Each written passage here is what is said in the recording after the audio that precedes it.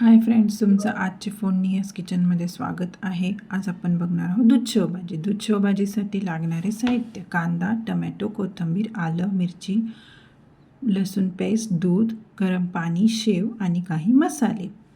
तर चला आता लगेचच करायला घेऊ.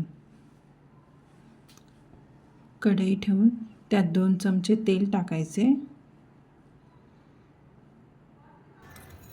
तेल छान गरम झालं का त्यात जिरं, मोहरी,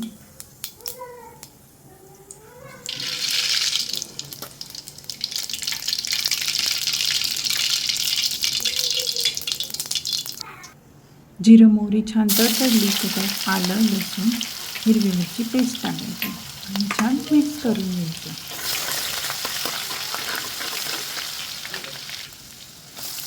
त्यानंतर कांदा घालायचा. कांदा टाकूनही छान असं थोडंसं मिक्स करून घ्यायचं.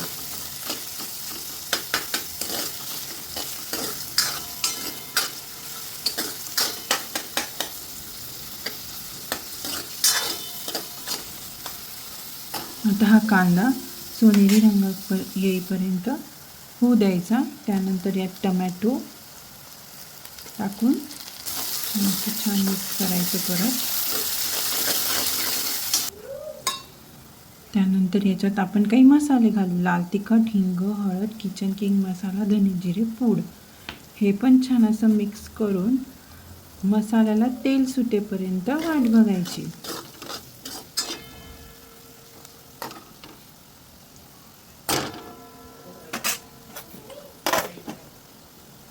पाहू शकता मसाल्याला किती छान तेल सुटला. तर त्यात गरम पाणी घालायचं. त्यानंतर हळूहळू यामध्ये दूध टाकायचं. गरम पाण्यात दूध टाकलं तर ते फाटायची शक्यता कमी असते. शक्यतो गॅस कमीच ठेवायचा आणि छान असं मिक्स करायचं. गॅस अजिबात वाढवायचा नाही. त्यानंतर चवीनुसार मीठ टाकायचं.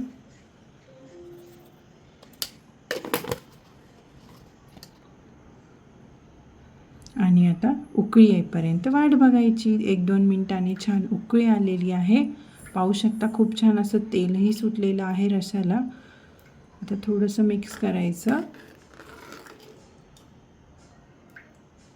खूप छान असा रसा झालेला आहे. गॅस हा कमीच ठेवायचा, अजिबात वाढवायचा नाही. आणि त्यामध्ये आता हळूहळू करून शेव टाकायची.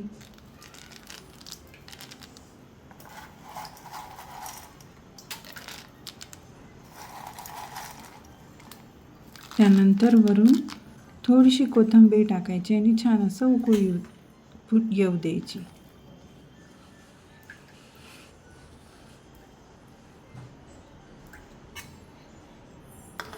थोडंसं हलवून घेऊया. बघू शकता आपली शेवभाजी किती छान तयार झालेली आहे. खायलाही खूप चविष्ट लागते. त्याला सर्व करू.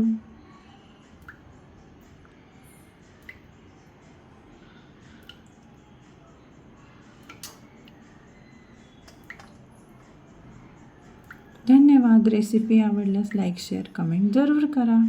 आणि ही आपण भाकरी चपाती कशासोबत खाऊ शकतो.